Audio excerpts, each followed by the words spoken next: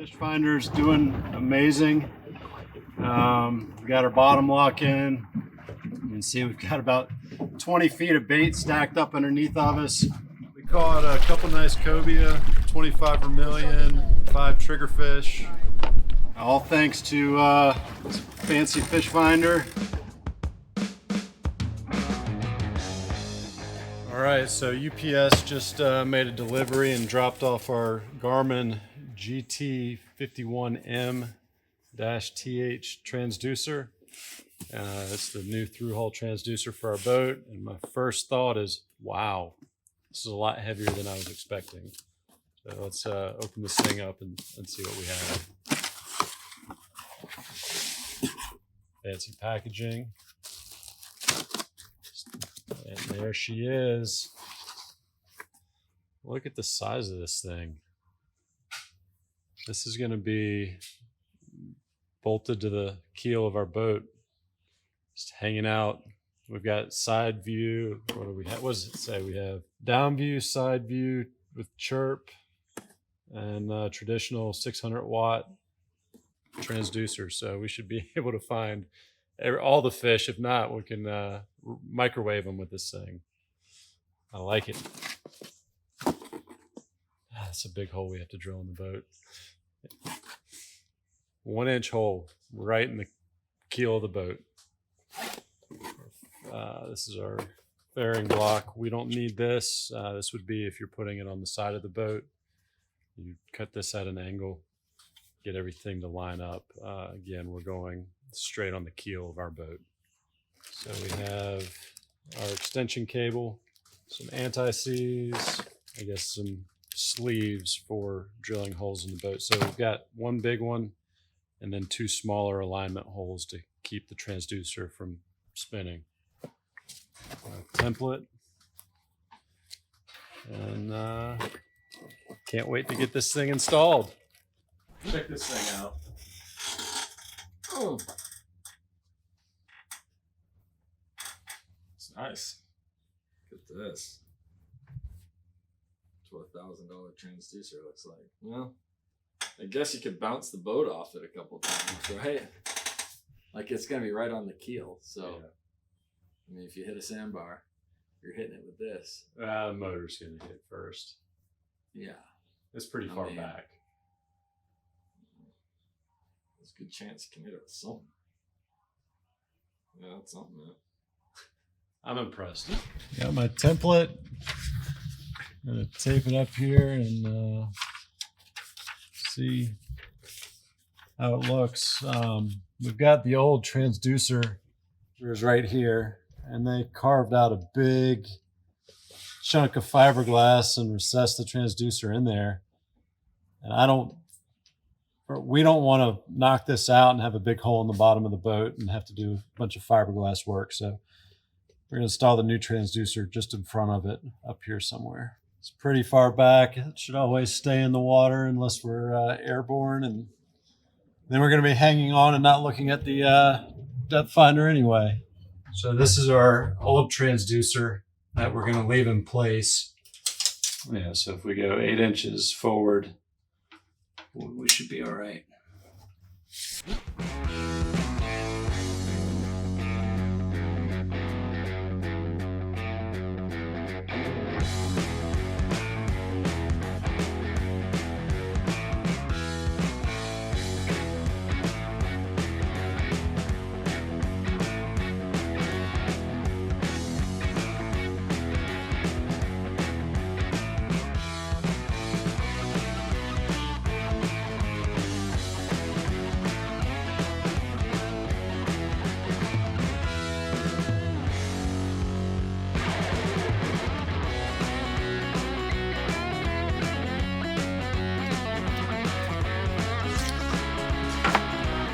Moment of truth. How bad did I mess it up?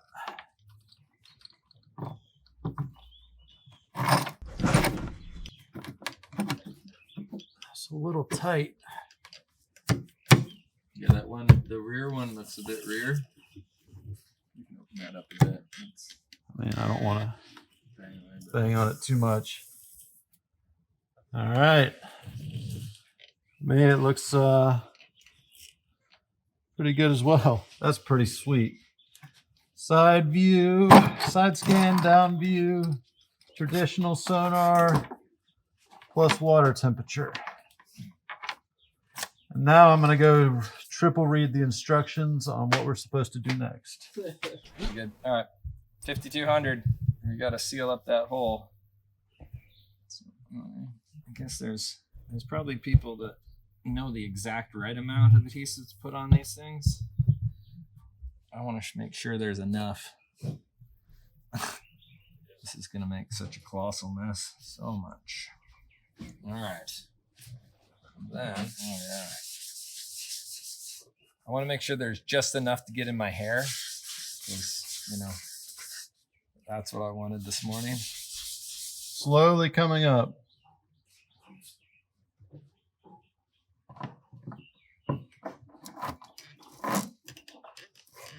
All right, I'm holding right here if you want to get your hardware started. Okay, here we go. Rubber gasket, plastic gasket.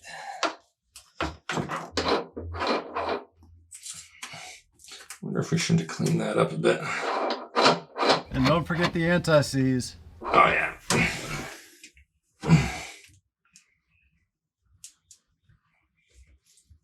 I guess we need it down here.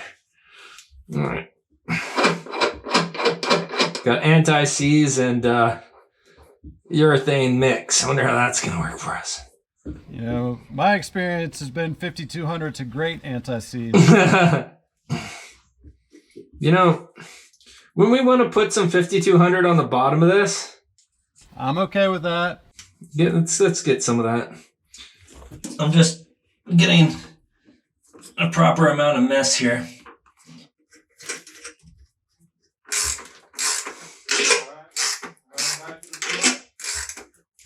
So look at that. I'm causing them trouble down there. All right, these are getting snug.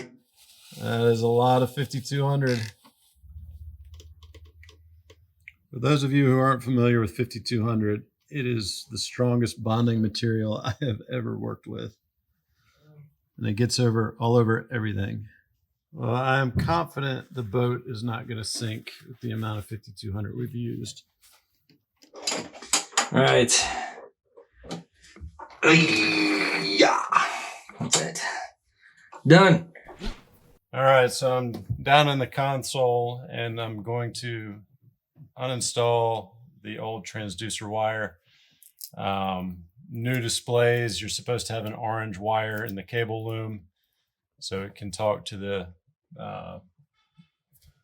display and let it know what kind of transducer it is so it can feed it with the right, or interpret the signal. So we don't have an orange wire. I have no idea what model transducer it is. We're just yanking the wire through. And while I do that, I'm going to use the old wire to fish through the new transducer cable. And while I'm at it, I'm going to fish an extra wire just to use to pull anything else we have to go through the rigging tube. We are going to install another bilge pump once we get our parts for that. So probably use this then. And this is going to be a tight squeeze. This boat has 2 rigging tubes, one with the controls and one with a bunch of wires. I'll try to get you down here, show you how full all this stuff actually is. We've got 1 rigging tube just jam-packed. Don't think anything else will fit in it. And then 1 more with some electrical wires. I think we can get our transducer through that one. This is our extra wire we're going to fish through just for when we need it, like our new bilge pump. Tape it on. And the tricky thing is using enough tape to where it'll stay attached, but not too much you can't fish it through. We'll try to keep this pretty streamlined. And new transducer cable. Good thing with electrical tape is it doesn't leave too much of a sticky residue when we're done. I'll pull all this off. All right, I'm going to go into the bilge and pull on the transducer cable. Get most, I don't know, probably 10 feet of extra slack and come back up here and make sure nothing's twisted, and then we'll go for the rest of the pull.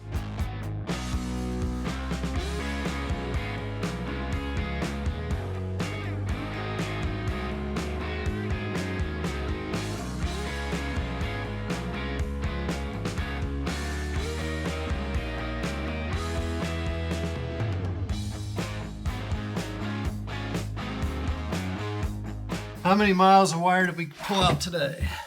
Oh yeah, making the boat lighter. So we need weight savings for a mile per gallon. Yeah. And this one is also Nice. Getting a little more space in that thing. And then we've got our old transducer cable. I guess I'll just neatly coil that up and Yank it out. It's not going to be reused ever just cut it off. Cut it off. Look at all that. So this is our new New. attached to the old. There's our splice. Oh, I see what you got. Yank it through. Yeah. This looks like. That's the paddle wheel and the transducer. All right, I'll go get the dikes and we'll snip some zip ties and cut some wires. And now we can undo our electrical tape we use for pulling, put our connector on and plug in our transducer, and then go bottom fishing. It's grouper season.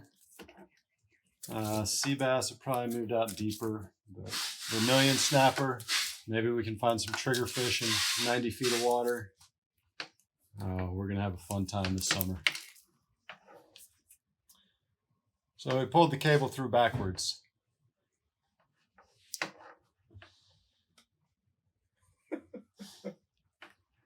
So all right, we have more room than we did. So note to self, even though the connectors are both orange and they look very similar, and I've been messing with the Neiman network where everything is the same, female, I guess.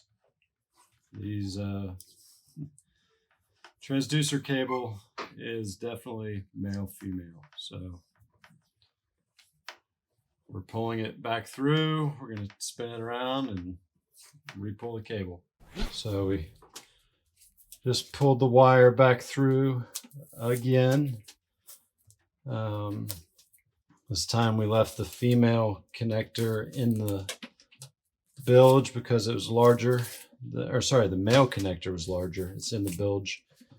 And we pulled the female connector up towards the front of the boat. And pulled another wire for when we get to our bilge pump, probably next week. And I am eager to fish this all the way up to the electronics box and see what our transducer looks like.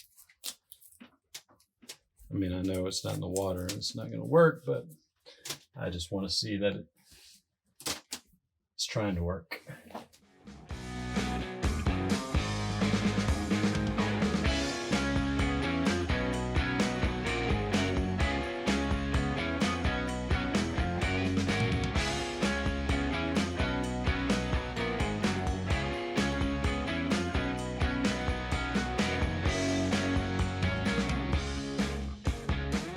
Now I'm mad. So previously I cut our 12-pin to 8-pin adapter because I was trying to use our old transducer, and I assumed a new Garmin transducer would plug right into the back of our display. It does not. We need an 8-pin to 12-pin adapter to hook in the back of this panel. So we're order a $26 cable and I'll finish this project when it gets here. Damn. All right, so this was our 8-pin to 12-pin adapter that I cut. I had the other connector on my desk, and earlier I was wrong. We've got a 12-pin. This is our 12-pin connector. That's our 8-pin connector. Our transducer comes equipped with an orange 12-pin connector. Now let me show you why I was confused. See how this is a round plug? We look up here at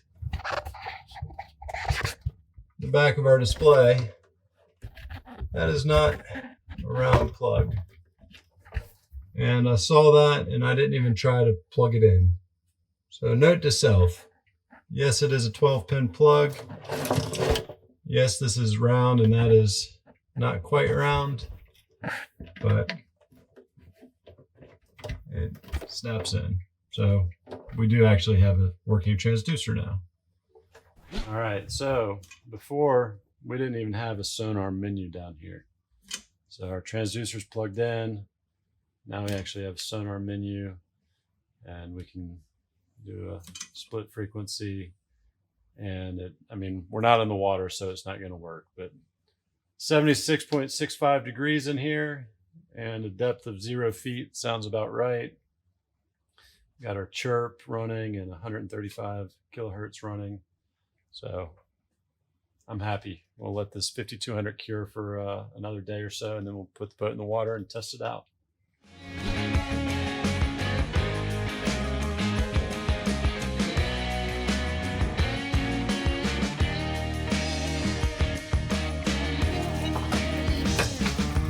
Look at this.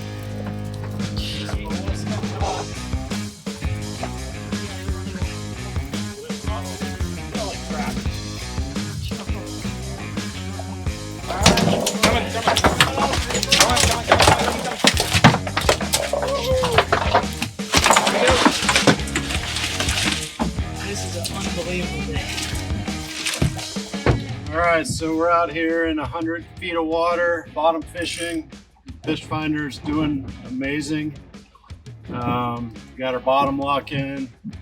You can see we've got about 20 feet of bait stacked up underneath of us. We caught a couple nice cobia, 25 vermilion, 5 triggerfish. All thanks to fancy fish finder and our GPS. So well done on the electronics.